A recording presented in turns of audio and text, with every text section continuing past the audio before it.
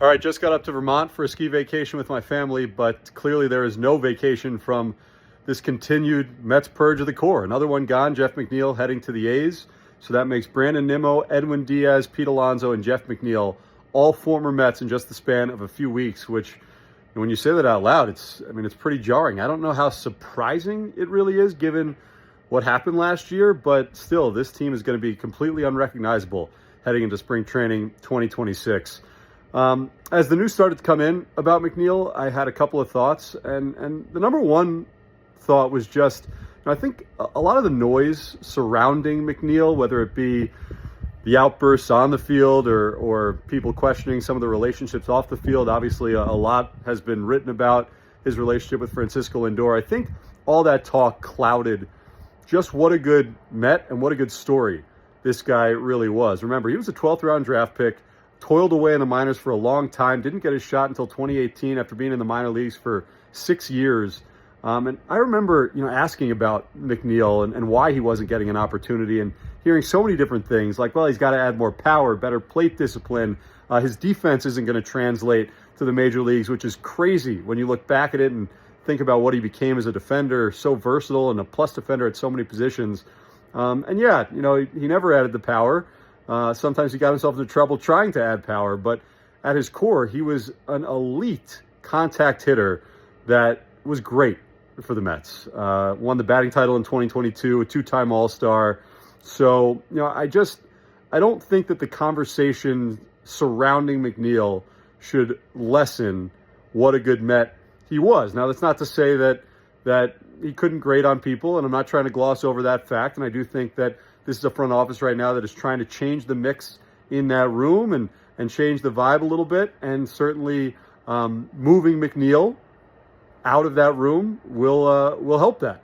But again, I just think that Jeff McNeil should be remembered and will be remembered as a really, really good Met for a long time. Now, as for the big picture with this Mets team, they continue to delete. At some point, they're going to need to add more because they still insist, and I believe that they are going to try to compete in 2026. They want to win. And so, a lot of guys out the door, a couple of guys in, but I expect that more moves will be made as the Mets try and continue to add and remake this roster in this wild, wild offseason. The Mets make another trade from their core, moving Jeff McNeil now to the Athletics. He was going to make $15.75 million in the final year of his contract. The Mets are going to cover $5.75 of it. So the savings is only $10 million to this year's roster. But David Stearns has moved another piece of that core team, that one that went to the NLCS in 2024.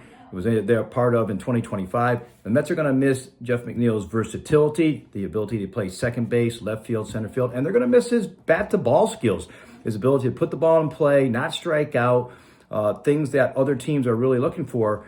The Mets are going to miss that. They're going to miss the fact that he was obviously a batting title champ, the Silver Slugger there a couple years ago. His position was a little bit in question after the Marcus Semien trade. This ends up being clear. Mets moving on from Jeff McNeil. They have a lot of work to do here for this 2026 roster, but David Stearns needs to get to work and will with this extra payroll flexibility. And after the last couple of weeks where the Mets saw Edwin Diaz and Pete Alonso and Brandon Nimmo depart, another member of the Mets core is gone as they trade Jeff McNeil to the A's for 17-year-old right-hander Yordan Rodriguez. Yordan Rodriguez was signed by the A's out of Cuba for $400,000. He pitched in the Dominican Summer League this past year, posting an ERA under 3 and struck out 20 batters in 15 and a third innings. He comes with a fastball that's up to 96 miles an hour with some interesting ride on it. And he actually threw it about 70% of the time. So there is some work to do on secondaries, but he shows the natural ability to spin a slider. And this is, frankly, the Mets trained Jeff McNeil for a lottery ticket, and it opens up some payroll flexibility for David Stearns in this front office to manipulate the rest of this offseason.